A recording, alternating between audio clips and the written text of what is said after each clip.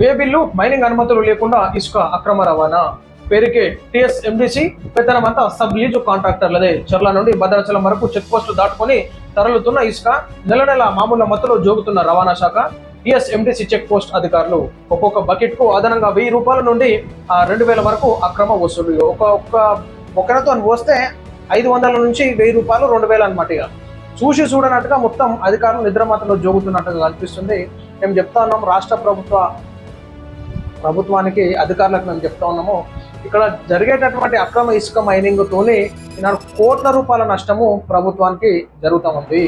ఈనాడు అదనంగా ఇష్టానుసారంగా వే బిల్లులు ఉన్నాయి, అక్కడ మైనింగ్ ఎన్ని లారీలు పోతున్నాయి, ఎంత వస్తున్నాయి, ఆ చెక్ పోస్టుల దగ్గర చెకింగ్ చేసేటోడు ఉన్నాడు, వెయిట్ కెపాసిటీ ఎన్ని టన్నులు ఉందని చెక్ చేసేటోడు ఉన్నాడు. ఇష్టానుసారంగా ఈ ఇసుకను తరలించుకోబోతా ఉన్నారు. కాబట్టి దీంట్లో అందరు దొంగలు కలిసి ఊర్లు పంచుకున్నట్టు, ఇదంతా తలా పిడికరు ఇంత ప్రసాదం పంచుకుంటా ఉన్నారు. ఖచ్చితంగా ఈనాడు చెక్ పోస్టుల దగ్గర కానీ అధికారులు, కలెక్టర్లు నిబద్ధతతో పనిచేస్తే అసలు ఇక్కడ ఏం జరుగుతోంది, కోట్ల రూపాయల నష్టం రాష్ట్రానికి ఏ విధంగా వాటిల్లుతుందో అర్థం చేసుకోవాలి. ముఖ్యమంత్రి రేవంత్ రెడ్డి గారు కూడా చెప్తా ఉన్నాము.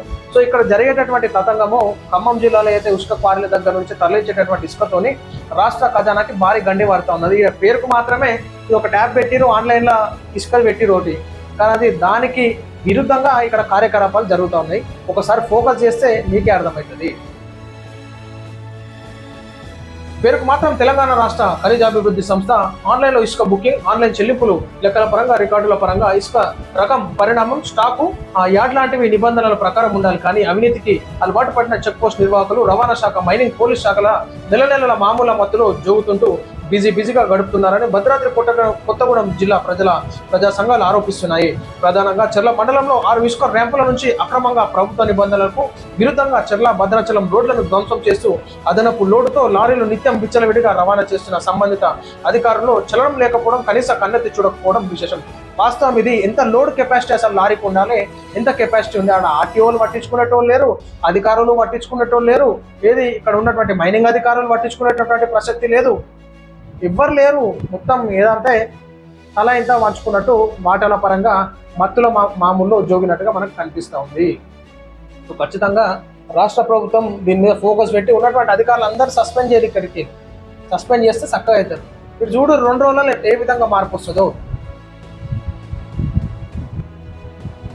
ఇంత తతంగం నడుస్తూ ఉంది. బకెట్కో 1000 రూపాయలు, 500 అదనంగా మళ్ళా. సో ఒక్కొక్క లారీలో ఒక 2 బకెట్లు పోసినా కానీ బుక్కలతోని ఈనాడు ఒక 15-20 బొక్కలు వస్తే ఒక లారీ డబ్బులు వసూలు చేస్తే ఈ విధంగా నష్టం జరుగుతూ ఉంది. సో ఖచ్చితంగా ఫోకస్ పెట్టి ఈనాడు కలెక్టర్ గారు కూడా దీని మీద స్పందించాల్సిందిగా మేము కోరుతా ఉన్నాం.